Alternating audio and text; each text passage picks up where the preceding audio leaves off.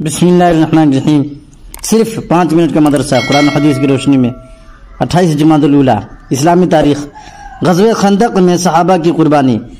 غزوہ خندق میں مشرکین نے 10,000 کا لشکر لے کر مدینہ کا محاصرہ کر رکھا تھا۔ دونوں طرف سے تیر اندازی اور سنگ باری کا تبادلہ ہوتے ہوئے 2 ہفتے گزر گئے تو قریش نے تمام فوج کو جمع کر کے حملہ کرنے کا منصوبہ بنایا۔ اتفاق سے ایک مقام پر خندق کی چوڑائی کم تھی تو عرب کا مشہور بہادر عمر بن عبد ود اور اس کے ساتھیوں نے گھوڑوں کو ایڑ لگا کر خندق کو پار کر لیا اور مسلمانوں کو 3 مرتبہ مقابلے کے لیے للکارا تو حضرت علی رضی اللہ تعالیٰ عنہ مقابلے کے لیے آگے بڑھے۔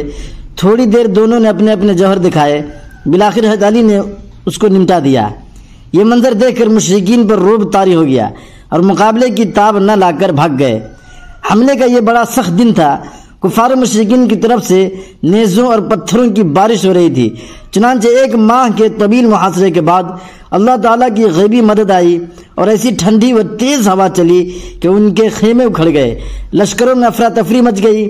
موسم کی سختی، کھانے پینے کی قلت کی وجہ سے وہ مجبور ہو کر بھاگ گئے۔ حضور صلی اللہ علیہ وسلم کا معجزہ، دانتوں کے درمیان سے نور نکلنا۔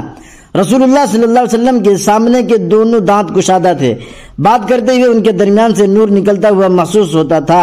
شمال ترمذی۔ خلاصہ یہ بھی رسول اللہ صلی اللہ علیہ وسلم کا معجزہ ہے کہ آپ صلی اللہ علیہ وسلم بات کرے تو آپ صلی اللہ علیہ وسلم کے منہ مبارک سے نور نکلتا۔ ایک فرض کے بارے میں، شوہر کی وراثت میں بیوی کا حصہ۔ قرآن میں اللہ تعالیٰ فرماتا ہے ان عورتوں کے لیے تمہارے چھوڑے ہوئے مال میں 1/4 حصہ ہے جبکہ تمہاری کوئی اولاد نہ ہو، اور اگر تمہاری اولاد ہو تو ان کے لیے تمہارے چھوڑے ہوئے مال میں 8واں حصہ ہے۔ ان کو یہ حصہ تمہاری وصیت اور قرض کو ادا کرنے کے بعد ملے گا۔ سورہ نساء۔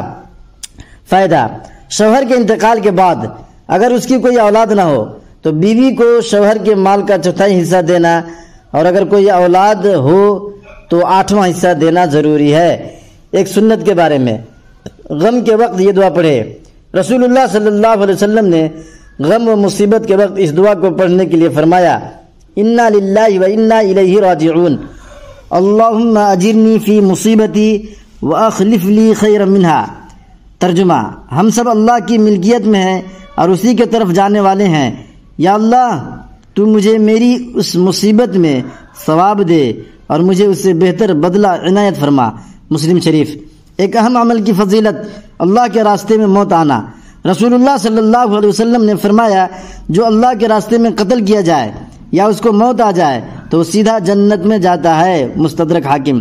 ایک گناہ کے بارے میں، سرگوشی کرنا۔ قرآن میں اللہ تعالیٰ فرماتا ہے ایسی سرگوشی، خفیہ مشورہ صرف شیطان کی طرف سے ہے جو کہ مسلمانوں کو رنج میں مبتلا کر دے۔ وہ اللہ کی مشیت و ارادے کے بغیر مسلمانوں کو کچھ بھی نقصان نہیں پہنچا سکتا اور مسلمانوں کو اللہ ہی پر بھروسہ رکھنا چاہیے۔ سورہ مجادلہ۔ دنیا کے بارے میں، آخرت کے مقابلے میں دنیا سے راضی ہونا۔ قرآن میں اللہ تعالیٰ فرماتا ہے کیا تم لوگ آخرت کی زندگی کے مقابلے میں دنیا کی زندگی پر راضی ہو گئے؟ دنیا کا مال و متاع تو آخرت کے مقابلے میں کچھ بھی نہیں۔ یعنی مسلمان کے لیے مناسب نہیں ہے کہ وہ دنیا ہی کی زندگی پر راضی ہو جائے یا دنیا کے تھوڑے سے ساز و سامان کی خاطر اپنی آخرت کو برباد کر لے۔ سورہ توبہ۔ آخرت کے بارے میں، جنت الفردوس کا درجہ۔ رسول اللہ صلی اللہ علیہ وسلم نے فرمایا جب تم اللہ تعالیٰ سے سوال کرو تو جنت الفردوس کا سوال کیا کرو، کیونکہ وہ جنت کا سب سے افضل اور بلند درجہ ہے اور اس کے اوپر رحمان کا عرش ہے اور اسی سے جنت کی نہریں نکلتی ہیں۔ بخاری شریف، حدیث نمبر 7423۔ طب نبوی سے علاج ہے، سفرجل سے دل کا علاج ہے۔ حضرت طلحہ رضی اللہ تعالیٰ عنہ فرماتے ہیں کہ میں رسول اللہ صلی اللہ علیہ وسلم کی خدمت میں حاضر ہوا تو آپ صلی اللہ علیہ وسلم کے مبارک ہاتھ میں ایک سفرجل تھا، بیہی، جام، امرود۔ اس کا نام ہے ایسا بھائی، کہیں بیہی بولتے ہیں، کہیں سفرجل، کہیں جام، کہیں بھی امرود۔ پھر آپ صلی اللہ علیہ وسلم نے فرمایا طلحہ اسے لو کیونکہ یہ دل کو سکون پہنچاتا ہے۔ ابن ماجہ۔ نبی پاک صلی اللہ علیہ وسلم کی نصیحت۔ حضرت ابو ذر رضی اللہ تعالیٰ عنہ فرماتے ہیں کہ مجھے میرے دوست رسول اللہ صلی اللہ علیہ وسلم نے وصیت فرمائی میں اپنے سے زیادہ مالدار کی طرف نہ دیکھوں اور اپنے سے کم درجہ والے مالدار کی طرف دیکھوں اور غریبوں سے محبت اور ان کے قریب رہنے کی وصیت فرمائی اور صلہ رحمی کرنے کی وصیت فرمائی اگرچہ وہ تم سے پیٹھ پھیرے۔ صحیح بن حبان حدیث نمبر 450۔